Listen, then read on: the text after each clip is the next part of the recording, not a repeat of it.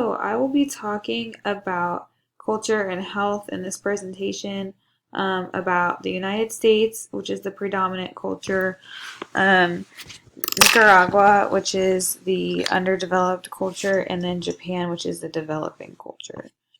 So, question one is just like a general about beliefs, health beliefs, practices, stuff like that. So things I chose to address is like in the United, so this is for the United States. So in the United States, disease is thought to come from several things, including like stress, anything, unhealthy food or eating habits, and like just genetic abnormalities.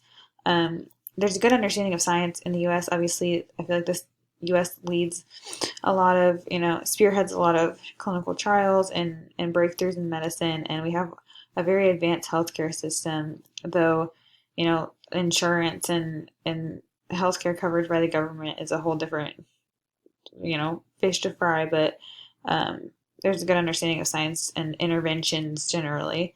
Illness in the United States is relatively well accepted and addressed. There's a stigma involving like mental health, I would say, and the fact that it's just not well understood. But there's a lot of things we can do, like for people who are like dying, like hospice, people who just need like things like palliative care. There are just a lot of like interventions that are in place and options for people to take, like PT, OT, things like that. Pre COVID-19 illness was typically expressed or suppressed in America because there's such an emphasis on like working all the time and just like kind of burning yourself out. But now with COVID, I think it one silver lining of COVID is that we've realized that it's actually important to like stay home when you're not feeling good. Whether that will stick is a whole different ballgame, but so patients seek healthcare at urgent cares, hospitals, emergency departments, and community health clinics, depending on where individuals live. And insurance, like I said, is a controversial topic in the U.S. So the same question for underdeveloped country, which is Nicaragua. Um, Practices, they have to be creative with how they go about getting health care because they're underdeveloped. So, a lot of times the nearest hospital is not near enough.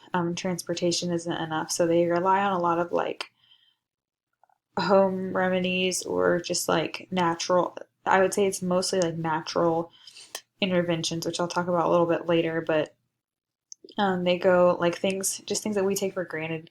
Like they have to boil their water before they drink it, boil like milk, or just filter out bacteria, and creating barriers for bugs because of things like Zika virus and other like insect transmitted infections and viruses and stuff like that.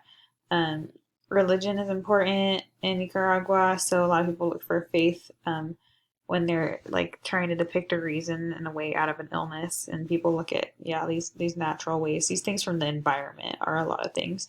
Like I think oatmeal is one of the things they use for like skin impairments. And patients have neighbors who help them get nurse back to health, or just families because they maybe can't afford healthcare or they just don't have the means to get there. So Japan, three important aspects of Japan healthcare are cultural habits, isolation, and a universal healthcare system. So they um, are, when looking at Japan, a lot of it is based on like culture and remedies and rituals. Um, in a New York Times study, it was said that Japanese people are one of the healthiest groups of people in the world. So they're very, in tune with their body and zen and not, like, it's an emphasis basically I've learned about like the opposite of stress in America. Like, they just want their people to be like just in tune with their body. You know, a lot of people are like Buddhists and it's just like a very self, like, just trying to center yourself kind of thing.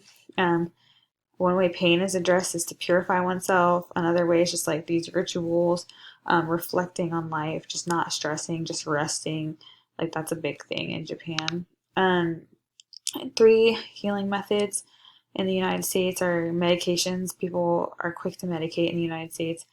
There's an increasing focus on like yoga, meditation, relaxation because I think we've realized that there's a lot of stress, and many use like working out now to gain strength, physical therapy, occupational therapy, things like that. But Americans have a big dependence on opioids and just drugs to get themselves out of sticky situations. So in Nicaragua, Three things are for skin ailments, they use things like oatmeal and chamomile soap.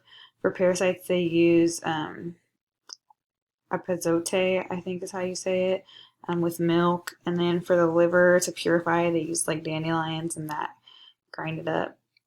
In Japan, they use religion, Buddhism, and others. The concept of purity and balance is a big thing for healing, and just these rituals. So trying to like after like you go inside someone's house, you take off your shoes, you bathe, you gargle water, things like that, just to purify yourselves. And because they have a big emphasis on the fact that disease is caused by like an impurity.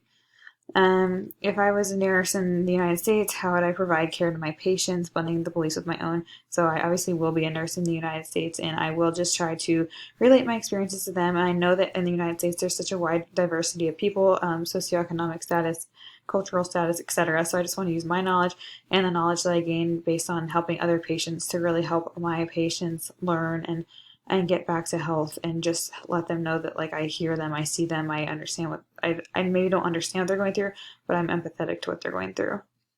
In Nicaragua, if I were a nurse there, I would just like be very cognizant of like different diseases that are um, unique to them. So like Zika and mosquito transmitted diseases aren't as prevalent in the United States, but I will be cognizant that those are more relevant in Nicaragua, and just be cognizant of their religion status. And I also like speak a lot of Spanish, so like I can speak to them in their native language, which goes a long way.